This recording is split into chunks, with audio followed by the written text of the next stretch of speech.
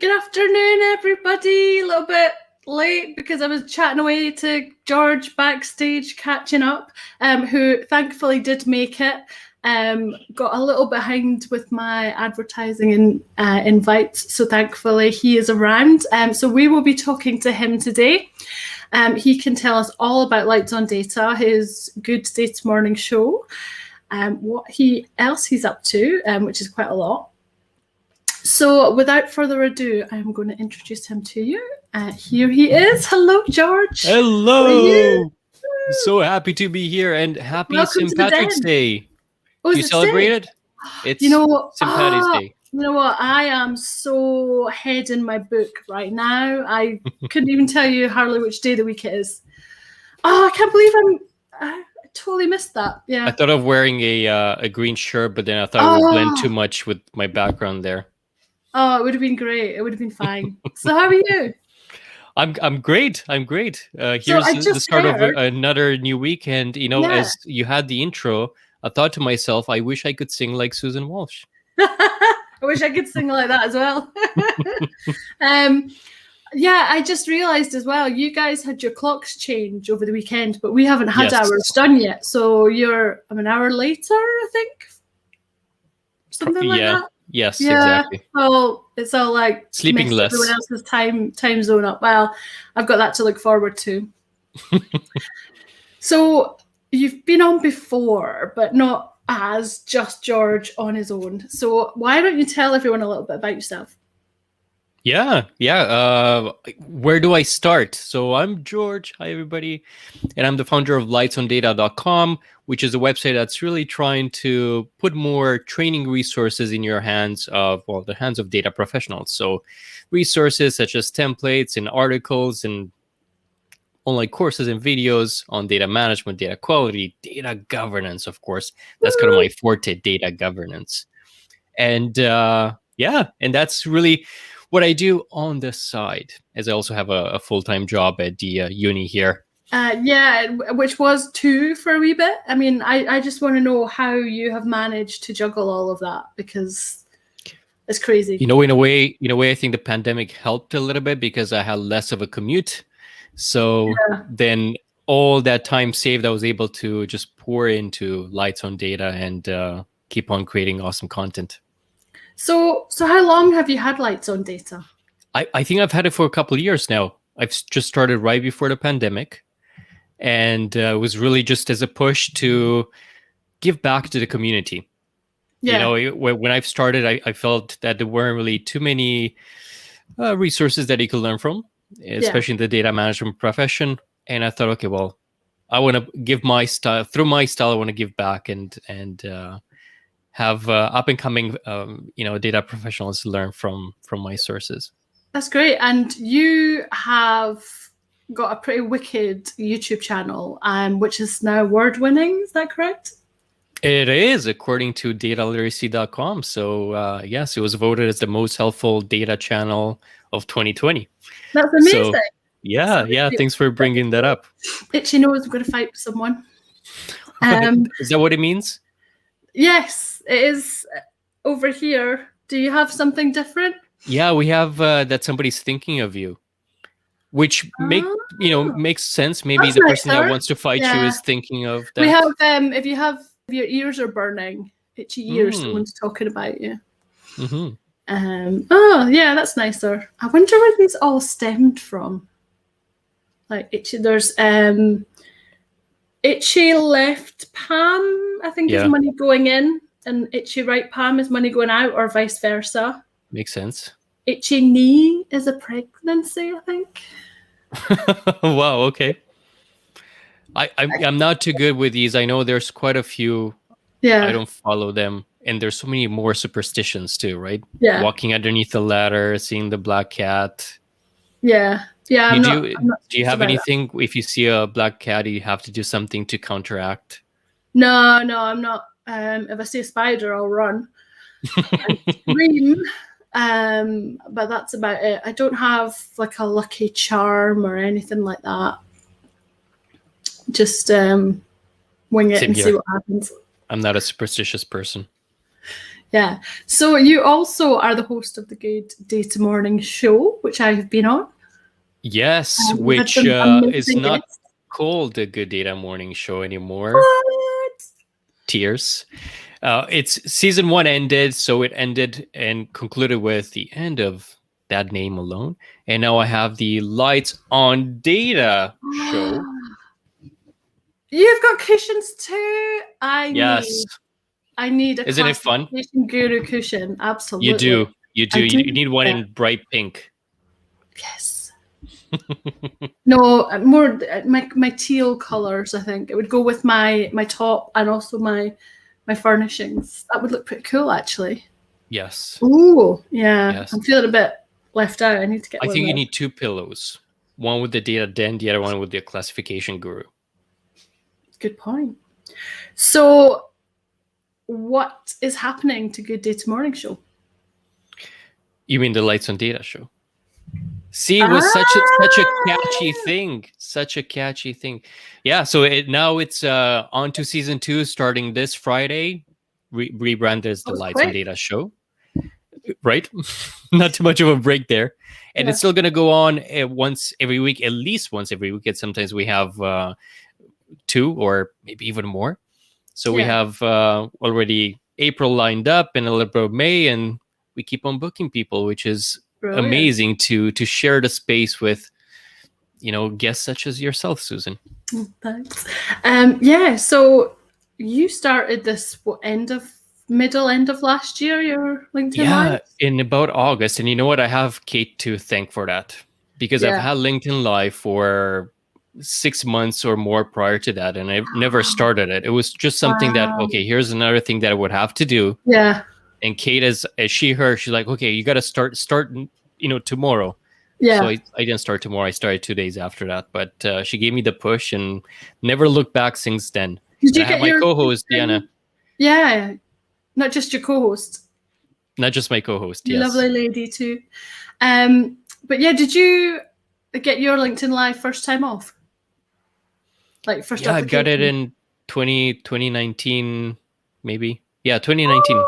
In December of 2019. It's right before I met you virtually. When we did that video with Scott over Christmas. Yes. Yeah. So I think that's around that time I got the news that, hey, you got approved. I wasn't even aware of it back then. I applied first time in May, got just ignored, completely flat out rejected, and then went back with a stronger pitch in, I think it was about September, October time, and that's when I got it. You had to do a pitch? Yeah, like I had a proposal on what I was going to do with it, and okay, maybe I did too. And that's when I had to come up with, live from the data den, and I think that's kind of why it got approved so quickly within like 2 days, the second time round. But yeah, I really had to think hard about what I was going to do, and I think probably a few months on, I had more content under my bag, so I was like, just take a look at my lip syncs. You might expect that as well. But I am still trying to get the newsletter, which I'm pretty grumpy about. Same here. Almost every day I go there and see if I have the feature enabled. I harassed the hell out of them, and they just wouldn't. They just kept referring me back to the Q&As. I was like, this is not good enough. I know what you mean. Perseverance wins in the end. I know what you mean. What kind of content? I mean, you've talked about it a little bit, but what's the majority of the content that you're talking about on the Lights on Data channel? And is it different on your Lights on Data show, or is it kind of all interconnected? Great question. I think there's a lot of synergies. I feel, synergy was kind of the keyword of the 90s, but maybe it's not a word I've heard in a while. Yeah. But joking aside, it does have a bit of synergy. My Lights on Data channel, it's really more, again, on that data management, data quality, data governance topics. So maybe the underlying pieces of data analytics and data science, AI, and so forth and so on. And the guests on the Lights on Data show vary. So it's, again, people like yourself that are on the data classification. They talk about data quality and its importance or dirty data. Do the circuits, yeah. but also, people on the other side that use it, people that also massage it and derive meaning out of it. So it's a mix of Yeah. different data professionals. I think we're kind of trying to make sure that within a month we have a variation of different topics that touch on either data security or something on AI and machine Yeah. learning, something on data quality. It's kind of, mix and match. That's great. Let's talk about data governance for a little bit, because it's still a bit of a dark art to me and a bit of a mystery. And it comes up quite a lot in conversations I have with clients. So what's the kind of top overview of what is data governance? That's a great question. And you know what? I'm just going to do a little pitch for myself. I'm working on a couple of courses on data governance, nice. Practical data governance fundamentals, and the implementation side. So, and working, meaning that I haven't started yet. I was telling you right before this that I had a dream that I'm panicking as I have a deadline and I haven't started yet. So back to data governance and what it is. I like to think of it of a way of managing data with guidance. So the data governance piece, it's kind of putting that structure in place to let us know what should we manage, who should be managing it, what are those policies, procedures that need to be put in place. And then we have the data stewardship that's hand in hand with data governance. And that's really the people side of managing this data. Who will be actually doing some of the work and who will do some of these implementations and apply the policies that the data governance office is putting together. That's a good way of thinking about it. And data dictionaries, kind of know what they are. I guess it's agreeing terminology of like what is a supplier, what is a customer, what is an address. I guess so maybe you have to be as basic as that. Sometimes. Yeah. I kind of treat them differently. So it's what I call the business glossary, or sometimes called the data glossary, versus the data dictionary. So the data dictionary, at least to me, and again, there's different types of definitions, but to me, a data dictionary talks more about that technical metadata. So it talks about the customer and the supplier and the address, but how you find them in a table, in a database, in a particular system. Right. And how they're defined. How many characters does it have? Is it integer? Is it varchar? Whatever those technical details would be. And then the business glossary tells you the business terminology and definition related to the customer, the address, I have just learned so much right there. That at least that's how I'm really making the difference between them. And sometimes they overlap. I mean, there's definitely a connection between these tools too. And sometimes they're kind of two or three in one as well. Yeah. Yeah. That makes a lot more sense now. And do you get common questions around data governance, or do you see common issues around data governance? Lots. I mean, in general, still, like you mentioned, it's something that's not highly adopted. Not every organization is investing into it. More now since GDPR started. Now it's really one of the drivers for data governance. The fact that you got to meet all these regulations and you got to have your data in order. In order to do that, you got to have all these policies in place. You got to know where your data resides, who's taking care of it, how do you classify what's high risk versus low risk in terms of privacy. Yeah.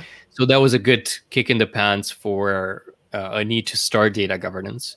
Yeah. But still, I think that's really the main issue, that there's not that support and that sponsorship from the top for organizations to start a data governance program. I see that quite a lot. And I had just a conversation today where the client was talking about putting the data governance policy in place and then cleansing the data. And I was like, whoa, back it up. I was like, actually, I could tell you quite a lot from your data where you might need areas to develop your governance. So maybe it's like you set some standard stuff, but customize it based on what I could see in the data. Right. Because I do think the data can really tell a picture and a story about how people are using it or what they're not doing, and where you maybe need to drive areas of focus to make sure they are doing it. Very good point.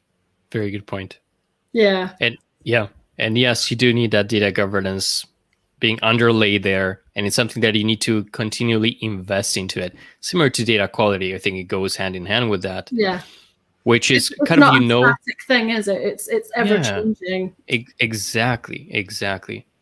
And I Yeah. feel that organizations kind of know this at a theoretical level, but they still don't act on it as they should. It's kind of like how you should eat more greens. It's good for you, but you're not really. That chocolate bar looks better, yeah. Exactly. So we got a question for you. Can data governance lead to better accountability in the organization? That's a really good question. Absolutely. And that's really because data governance, again, provides those roles and responsibilities. So it does create that ownership over different data domains and different data elements. So as soon as you have ownership, you obviously have accountability. You're going to have... Sorry. Yeah. Do you find that people get a bit protective over the data and maybe don't want to share? Oh, yes. Oh, yes. And, that can be a good thing and a bad thing. Yeah. You definitely need to have a sense of ownership, but not in the sense of that possessive ownership, but more on the functionality side of things that, hey, it's for me to curate, it's for me to steward. But that's another challenge, especially in siloed organizations where they kind of each sit in their own buckets and they have to do their own thing. Yeah, they don't want to let go. They feel like they're giving away of their responsibility, or people don't have to go through them in order to access that anymore. Great. And if someone's out there thinking, you know what, I really want to get into data governance, how would you go about Why that? would you? Someone's got to do it. So, I don't think there's really any courses out there offered by universities, for example, in the way that you would train yourself to become a data scientist type of a thing, data engineer, programmer, report developer. So a lot of people, what they do is they kind of learn on the job. They go to all these seminars, they take some online courses, they read the books, they start interacting with other data governance professionals, and they kind of learn on the job. And that's really how it's been for the past, I don't know how many years. Maybe that will change. I'm sure university will start offering that. But and that's, in a way, it's a good thing, because when you come from the outside into the organization, there's a lot of things that you don't know. And there's a lot of that business knowledge that's very useful for the data governance officer, director, manager, whatever you're calling them, to be aware of and to know. And it's a lot of, people skill and communication and collaboration with everybody. That's good. I do find when you go into new organizations, there's so many acronyms. And I joined a project recently, and they were like talking about the 3 C's, and I was like, can I just clarify? I know a few different 3 C's. Can we just clarify which 3 C's it is? Yeah. 4 P's or whatever. Yeah. You feel like you're in the army sometimes. Yeah. Just like, okay, just gonna keep my head down with this one. That it can get a bit crazy, and you can understand why things go wrong when there are so many acronyms, and people maybe don't want to put their hand up and say, I don't know what this is, so I'm just going to figure it out and get it wrong. Absolutely. And that's why a business glossary helps, because you can have those definitions for the acronyms. I've encountered one for this organization. They kept referring and saying ASAP, which I think you also know as soon as possible. Yeah, it means something else. To them, it was as simple as possible. Okay, it's like LOL. I didn't realize for a long time that it also meant lots of love. So that was a bit awkward. If someone didn't know the LOL version. Yeah. So that one was like okay. Yeah. I'm just looking here. Michael has a question. Have you got some top books? He's also looking forward to your course, so I think he's a fan. Oh, thanks, Michael. There's definitely, off the top of my head, I would start with the DEMA, a book of knowledge. Yeah. Just because that provides an overall data management view and how data governance kind of fits in with all the different pieces. So that's really a good start, and that's sort of the standard that all data professionals refer to. And I would really look into Robert Seiner's non-invasive data governance. I think that's what it's called. That's great. Have you ever considered doing a book yourself? I have considered it, but it's a pain to write. I don't like writing. Yes. Tell me about that, Susan. How much of a pain? Like, a couple of things. Words are a lot less than you think they are. You type a lot out, and then you're like, that's it? You think you've done loads, and then you're like, what? And then there's so much in my head, but I can't get it out fast enough into typing. Have you tried text to speech to text? Dictating speech to text won't work because I think I'm too all over the place. So if you read it, it wouldn't match up. So I think I need to get my skeleton frame in there first, and then go back and like beef it up and check that that's actually what my process is. Because already I've gone back and realized I've forgotten to put stuff in that I'm going back and updating now. But it's really, everyone said it, and I was like, no, I'll be fine. And it's hard. Even though I know what I'm talking about, it's still hard. It's not like I'm making up a fantasy world, which I couldn't even begin to do. I'm talking about stuff I know, and it's still hard because you can't. I kind of think, I'll just sit there for a few hours and write some stuff, and it doesn't work like that. You maybe get an hour or so, and then you kind of lose concentration, and you have to go away, and then you have to come back and get back in the zone, and that can take a few hours. Oh, of course. So it's tough because I really. I've got 30,000 words to do in about 3 weeks, so I've got a lot to do. You still have time, but like you said, I still have a lot to write. So that structure is key, really, to make sense of your own thoughts and the way you're seeing things, and put that on paper. Yeah, it's not as easy as it sounds. Yeah, and then making sure that it reads okay as well. So I've got my team kind of scanning chapters right now to make sure that they can follow the instructions, that they make sense, maybe check that I haven't missed something out, but I think the world needs a George Fircan book. I appreciate that. But Susan, are you allowed to tell us what your book will be about, or not yet? Oh well, I don't know, should I tell everyone or no? You can hold off to it, or you don't need to mention the name. Can you mention it's going to have like dirty data in it. That's a given. It's going to be a chapter on what is dirty data and its consequences. We've got a chapter on what is normalization and how to do it.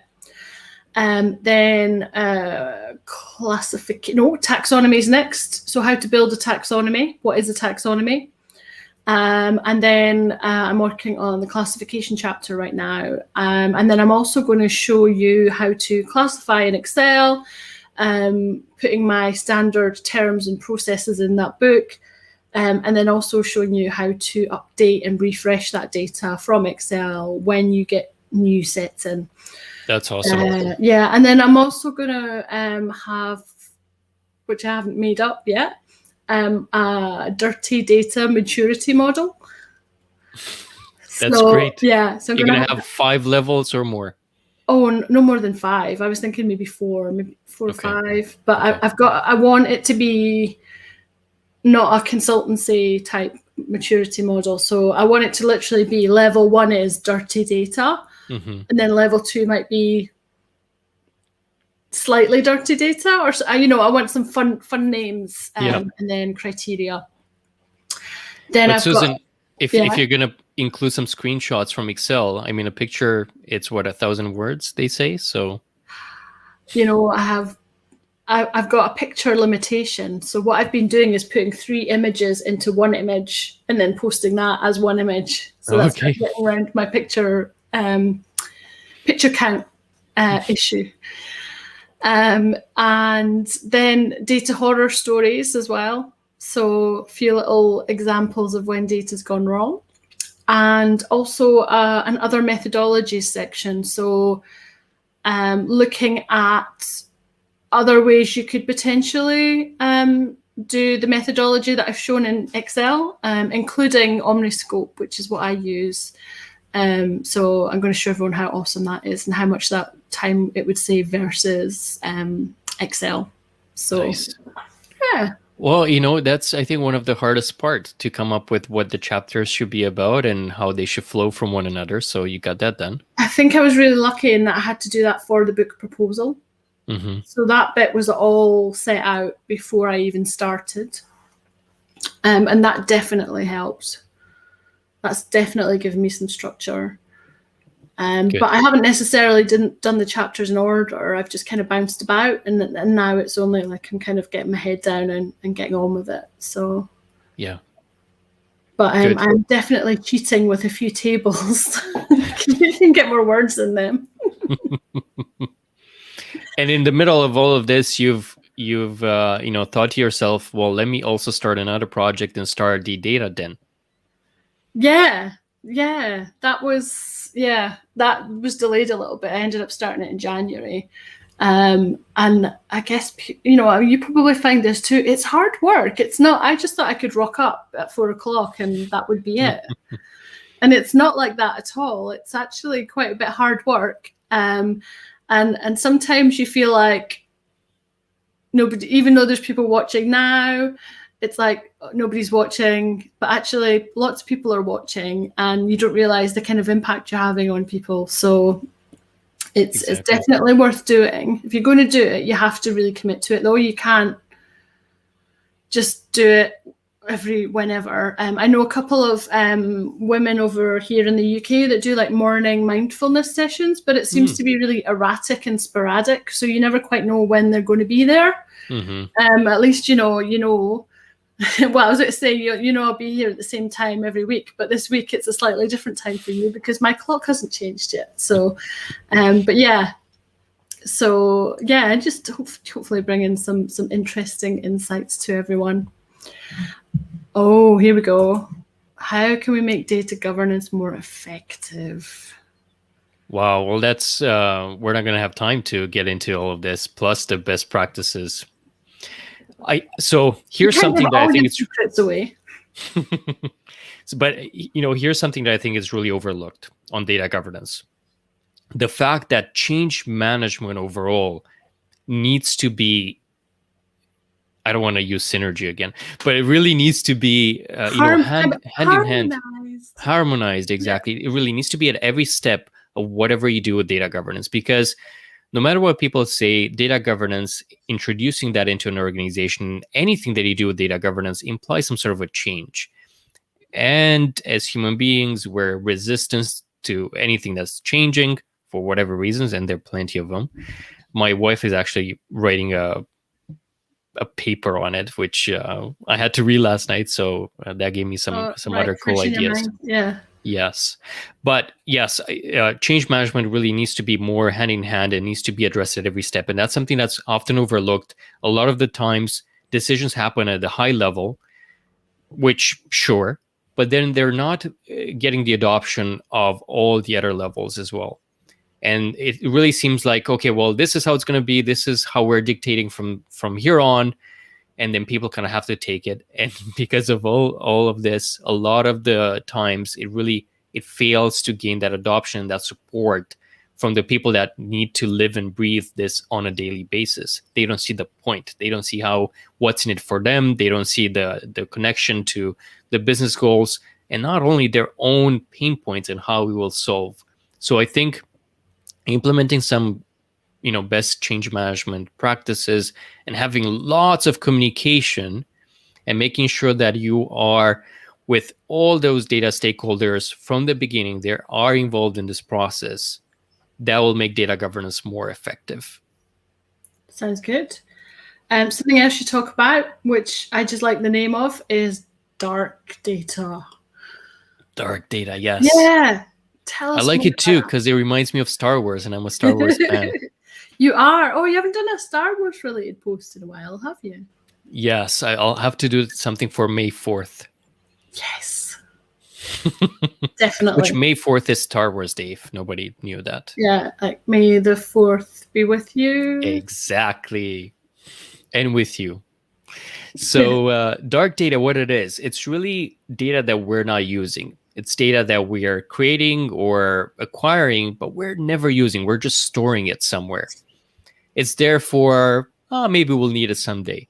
kind of think of it when you're drafting your book, Susan, and you might have previous versions of it that you saved in another file, and you're just keeping there, just in case type of a thing, but you'll never delete, or a PowerPoint slide or emails or every client I work with, there's like version 1, 2, 3, 4, 5, 6, 7, 8, 9, 10, 20. And then I did go through recently and start tidying up and getting rid of some of the older versions. Like, I'm never going to need these again. Yeah. But there's always that what if in the back of my head. Exactly. And storage, for the most part, it's cheap. So that's one of the reasons why we're holding on to it. But there's also this unstructured, but also structured data that we're holding for our, customers and maybe all transactions, which, if we don't need it for regulations or any other purposes, like more than 20 years ago type of a thing. Yeah. Even like there's organizations that even hold, books full of printed records because they don't have a digital copy of it anymore, but they want to hold it there just in case that, I don't know, they'll hire students to digitize it. I'm not sure what the reason is, but it can turn into a liability if it's something that you're not deriving meaning out of it. Yeah, definitely. So I'm just trying to think of all the dark data I have and that I don't need, and that I should probably do a bit of spring cleaning on. Exactly, and it feels so much better when you've decluttered. And you're good at doing that with your closets and your data. I am not so great in my own home, although having moved, I did chuck out a lot of stuff. Although having it unpacked, I realised I probably should have chucked out more. Yeah. Yeah, still have a lot of junk, but never mind.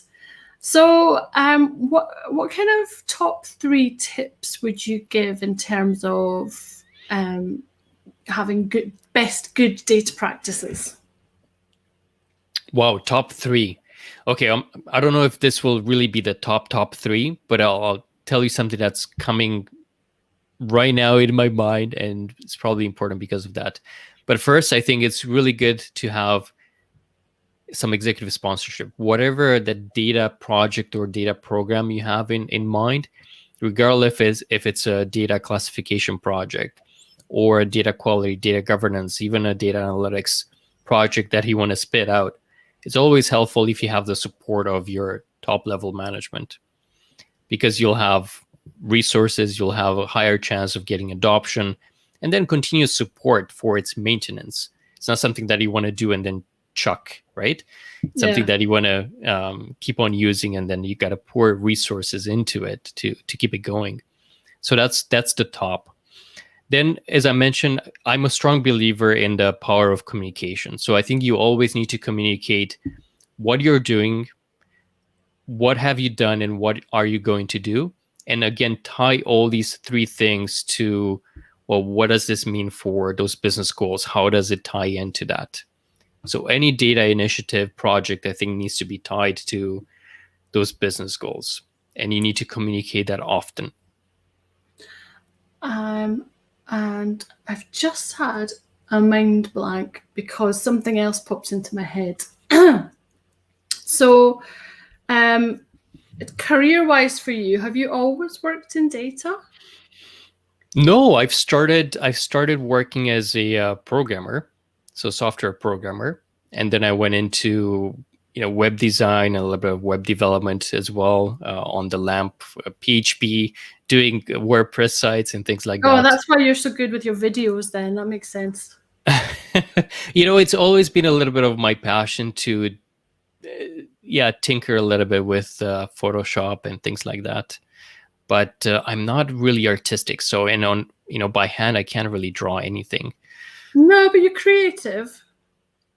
Maybe.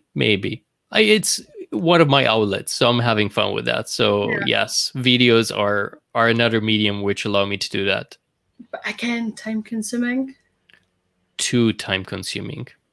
The beauty of it is that I love it, but it's definitely too many hours poured into. I mean, to edit a 10-minute video, I think that takes me 3 hours. Wow.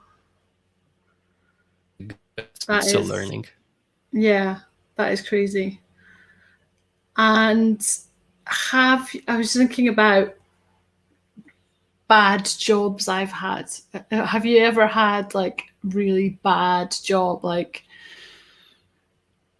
I don't think I would say that I'm lucky enough that I didn't have bad jobs. I had bad parts of the job or yeah, some but bad there's not colleagues. something you've done out of when you were younger, like, I don't know, picking trash up off the street or, Susan, I used to love to pick up trash on the street. no Listen, way! when I was a kid, I had this tricycle Yeah, and it kind of had this, I don't know, little kind of like a basket in the yeah, back. yeah. And I used to like just cycle around my grandparents' backyard, and I used to pick up trash and put it out of the curb. I used to love doing that, and I wanted to become a garbage man at one point. That is so cute. I love that. Were you in Canada at that point, or were you? No, this was back in Romania in Eastern Europe. Wow, that's so cute. And fun. I know I have experienced a little bit of cultural difference moving from Scotland to England, but was it a big cultural difference moving to Canada for you? Yeah, there were definitely a few differences. Then again, it was the North American culture, which you see in the movies quite a bit, and in a way, I think we're coming in with the notion that that's how it is in real life as well. The Beverly Hills 90210 TV series type of a thing, right? Which was back in the day, was something that I used to watch. Or Dallas. Have you ever watched Dallas? I think I've said this before to someone, but I was nearly called Sue Ellen because my mum loved Dallas. Yeah, or Pamela. So thankfully, so I ended up with Susan. I can take that. Yeah. Yeah. That's lovely. Yeah, I used to love that. Yeah. Big hair and big shoulder pads. Exactly. Yeah. So, all these movies, they're really giving us maybe an idea of what to expect, which is not really the case. It's not really how it is. Yeah. So, but yes, there were definitely differences. And especially in Vancouver on the West Coast here, I think it's a little bit more different than other cities throughout Canada, which can be quite large. Yeah. Oh, we've got more questions coming in. The business value. I guess that's a bit like data cleansing, I would say. It's hard to quantify, but it can save you things other than like non-quantifiable things like time and etc. Yeah. That's a great question. I think maybe that's one of the challenges on getting that buy-in from upper management, because you need to demonstrate your return on investment. And similar to data quality, well, it's hard to quantify isn't it? Yeah. Again, today, just speaking to a potential client, and they're like, I have to figure out how I can get buy-in from the business, and saving money isn't enough. Mm-hmm. It has to be more than that. Yeah. But that's definitely one. That's kind of sort of the top. I mean, avoiding all these fines they're not really going to fine you. Yeah, they're not going to fine you saying, hey, we're going to fine you because you don't have data governance. We're going to fine you because, you can't find this data that we're asking you, or it's not filed properly, it's not reported on properly, and things like that. So it's maybe the that side effect of not having data governance type of a thing. Yeah. But I mean, I think one of the biggest fines was Citibank last year, November or something, $400 million. And they were actually Scott, Scott was mentioning quite a bit, and he had a bit of a review of that that report there, and they were actually calling out saying, due to a lack of data governance and a bunch of other stuff, but data governance was a keyword in there, they were being fined $400 million. Look who's here. Hello, Kate. Is here. Yeah, and actually, get a few more words in my word count, maybe talking about some of that as well. I'm going to have like a data protection privacy section as well in the book. But it's just they make it so hard to get your head around. It's really tough. And the question that I forgot to, but remembered now is where should data governance sit within an organization? That's a very good question. And again, it can differ and depends on the operating model that you're going to go for. It depends on the size of the organization, even its industry. I would not put it under IT, which often enough it falls under because it has that data keyword in there. So people see it as a technical thing. But data governance is very much a business function. It's really the business stakeholders that need to have and take ownership of it. Yeah. So that's why it's really makes more sense to put it under maybe finance, for example, or your VP of marketing and sales or customer support, something that's related to a business function. Yeah, I think actually that's a really good point. IT are looking at it from a technical rather than a practical perspective. They're not using the data in an everyday context. And I see that a lot with when scripts and code goes wrong, and it's like, but they're like, but the code's right, but the output's wrong, and it's like, yeah, right. But you haven't understood context or this, that, exactly. And the next thing. So, yeah, so it's the business that's providing that context, is providing you those definitions and those rules and requirements. So they're driving it. And don't get me wrong, I mean, IT is a very much collaborating and a strong partner with data governance because they do a lot of this technical implementation and support. But they shouldn't be the driving force behind it. And do you think we should have like CDOs in their own department? Because I think they should be kind of independent of the business and be working for the good of the data. Yes. Yeah. So normally you have a chief data officer or even a chief data scientist if you want to separate that too. So, yeah. And I've seen a lot more of CDAOs coming through as well. So is that just like, let's save some money and throw it together? Maybe. Yeah, I guess so. I mean, because yes, there's a relationship between data and analytics, but I don't know if it should be one thing. Yeah, again, it depends on that model. I mean, sometimes with data analytics, it's its own department and it's sort of serving everybody else, or it resides with the business too, and you have all these different little departments within different business streams, and that's because you kind of have to be specialized in that line of business to be able to serve them better. In other times, you sort of have your center of excellence, where think of it as a internal consultancy department that's lending their own data analysts, data scientists to different sides of the business, but they're still reporting centrally and they're able to benefit from the common group knowledge. Yeah. So yeah, there's so many different models. I don't know which one would be the best one. Yeah, I can't see now. I thought Kate said a comment about, oh, she didn't. Yeah, she didn't get the reminder. Guys, if you don't get the reminder, when I do the little post, there's a little remind me box. If you hit that, you will always get your reminder. So there we go. And she's also asking, how do we turn the lights on data? Just go to lightsondata.com and you will be turned on. There you go, Kate. Go and get turned on. She's also asking, does every organization need to have a data governance process in place? Well, just those organizations that have data. So yeah, I think that's most of the organizations. Even like me, small little old me. Well, you know what? I think you need to have some sort of data governance practices for yourself. Yeah, I probably do that. And I think you do that already. Formalized. Yeah. Exactly. And you don't need to give yourself another title in order to do that. No, I've got enough titles. I did have an IT security audit though on Friday, and I told really? I was like, yeah, I spoke to my dad. I was like, it was amazing. I just I got so much value out of it.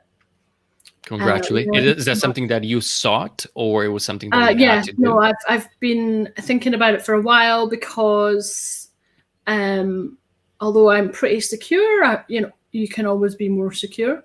Mm-hmm. And I guess the fact that I'm even thinking about it means I'm probably ahead of most people, but I just always think I could be more secure. So got some great tips. We're going to put some things into practice. So yeah, it was, and he fixed my MailChimp for me, which was the best thing. So it's been going into people's junk. Mm-hmm. So now, what did he do? So he did some funky stuff with it. So now, instead of it coming from like a weird MailChimp email, it actually comes from Susan at theclassificationguru.com. So I was just like, oh, wow. So yeah, if you want to have your MailChimp fixed, hit up Blue Can Do.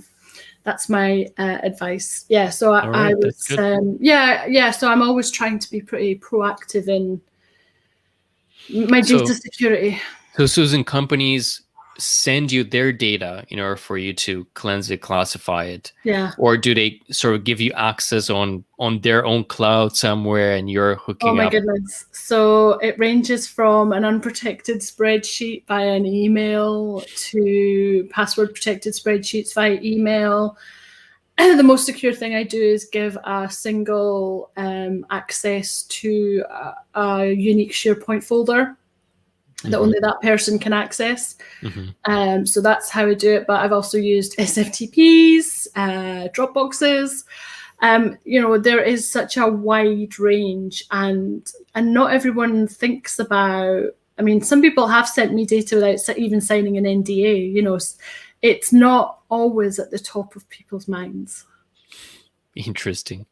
Yeah. So sometimes I guess you're surprised with some of these companies that are sending it over. Once I hadn't even spoken to this company. They had found me and they just sent me all their financial data. We'd never met before. And they just sent it all to me. And I was just like, that's a lot of trust right there. Yeah. Yeah. But you evoke trust, Susan. It was in safe hands, yeah. But will that story go into your book? No, I don't think so. But now you've got me thinking about it. Maybe it could go into your book. That's it. Kate, join me. I think George should write a book. It's added, on the list. What would you call it? Sometime. Have you got a title in your head already? I think it has to be something like "Let's put the lights on data." Yes. Definitely. something that has lights on data in the title. Yeah. It's funny because I've been through so many iterations of my book title, and like people were like, "Oh, you'll just know," but I didn't just know for me. I just, but now I know the title. I'm like, yeah, that's a good one. But Susan, did it come to you? Do you remember when it came to you? Was it after a good night's sleep? Was it after a good coffee? After a nice prosecco? I had a little list, and every time I had an idea, I would put it on the list. And then I read an article which sparked some inspiration, and then the order just wasn't right, and then they wanted to take it out, and I was like, no, we have to keep it in. And then they came back with a compromise, and actually that is probably the best title, but it wasn't like a aha moment for me. I was kind of like, oh, I've got to compromise, but actually I think it's going to really work well. So nice. Looking and forward actually, to. Kate has made a really great point. You have all the courses already. And that is something that I am about to get my VA to do. I did a course on data cleansing, the basics, which is still available. I had to chop it up and put it into subtitle. I'm going to get the transcripts. I'm going to get her to clean them up. Then that'll be my chapter pretty much. And then I'll just need the pictures to reinforce it. So I was that's a good idea. I was like, yes, why did I not think of this before? Yeah, and I already have the transcript, so. Yeah, so there you go. You are more than halfway there.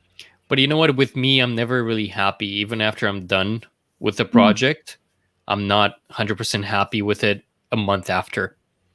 So I want to start something new and do it even better. Yeah. Yeah, no, I feel like I'm never sending back a file to the client to the level that I'm happy with.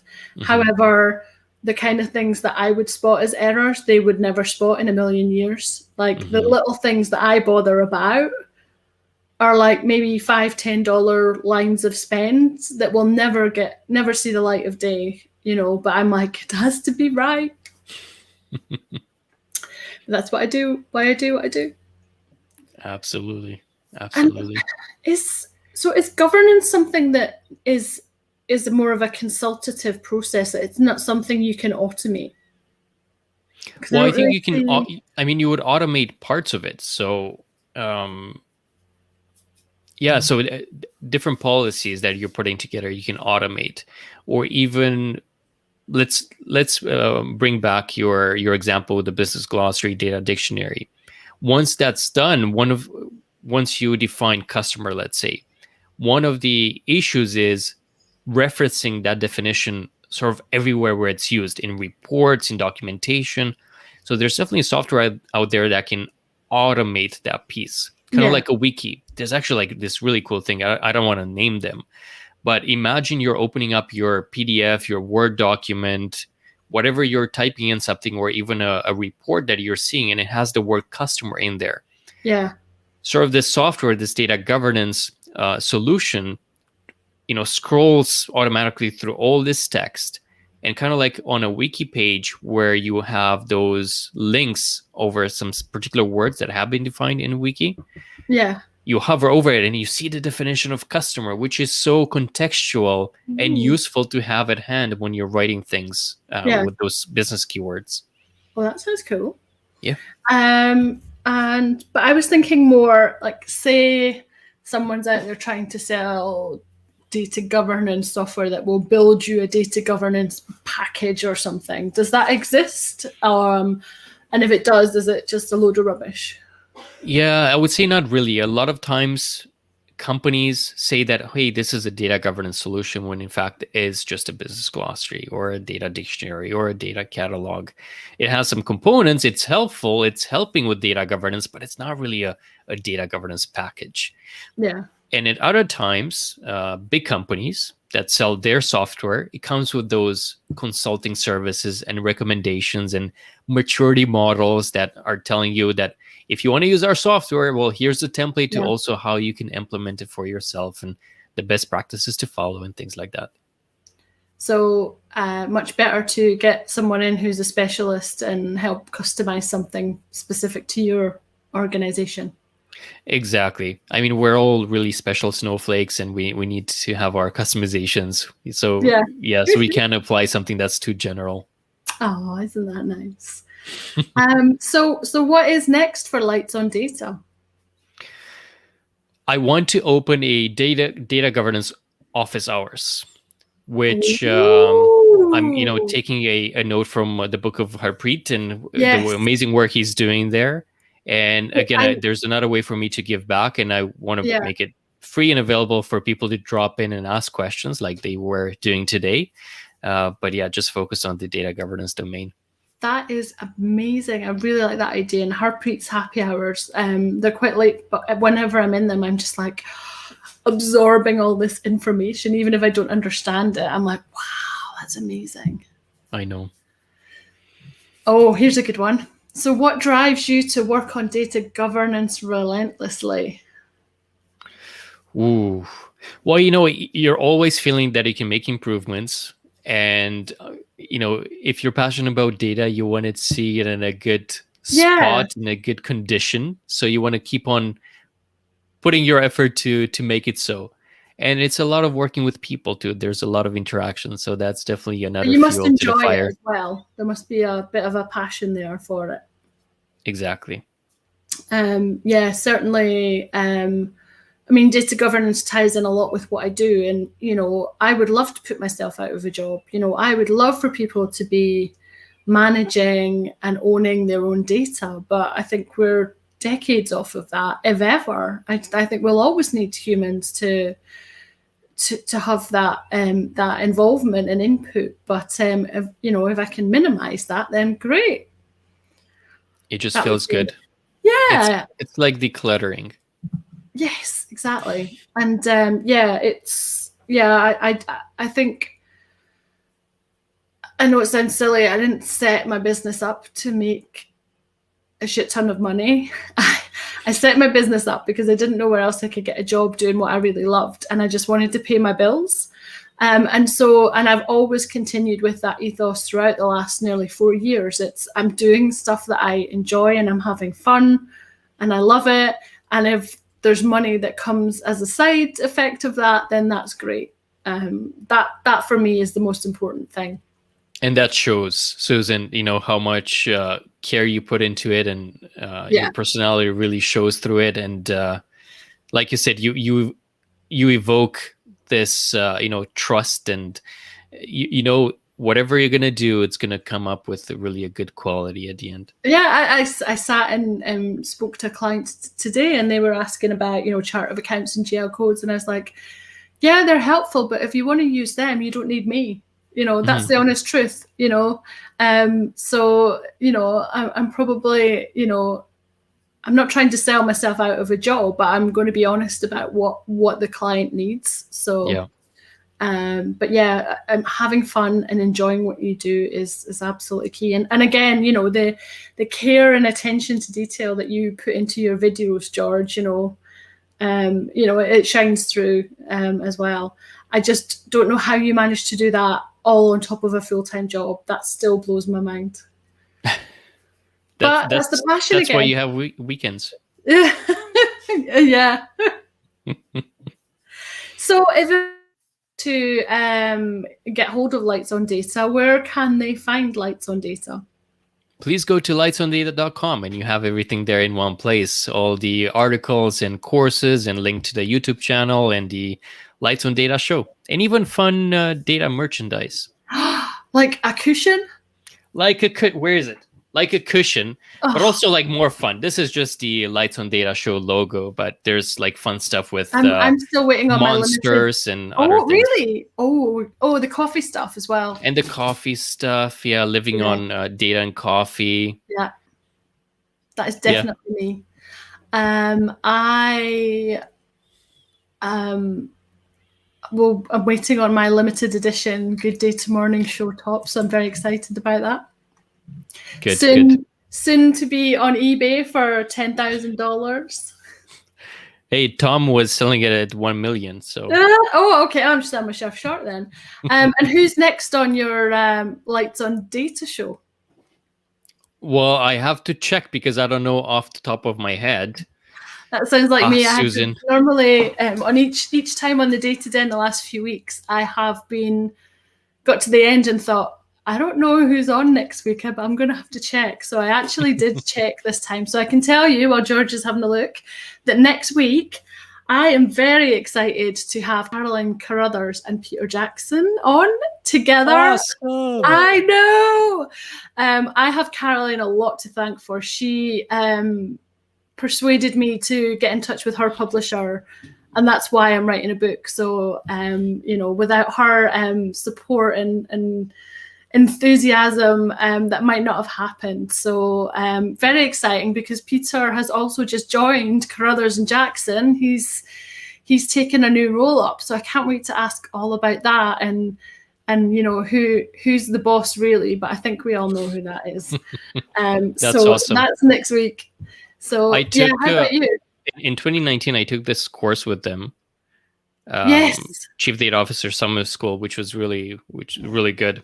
So they did it online last year, and loads of people were posting about it. It had a really great response. Yeah, it's great, and it's free to attend. So just sign up for it. Yeah, brilliant. And how about you? Who have you got on soon? So we have the CEO of Analytics IQ, Dave Kelly, and we're going to talk about cognitive psychology and the role that it plays in data science. I love that. That's really fascinating. Cool. Yeah, brilliant, great. And what about you, George? How can people find you? Again, just lightsondata.com, and everything is there. That's it. Oh, brilliant. Well, thank you so much for your time today. It's been great to have you in the den. And next time we'll get Deanne on as well, and she can dish all the juicy gossip on whether you put the dishes in the dishwasher right or like do the laundry properly. We want all Let's the bring it on. Yeah. Thank you, Susan. Thanks very much, George. So that's it, guys, for another week. As I say, I'll be on with Caroline and Peter next week. Super excited about that. So I hope you have a good week, and I will see you then.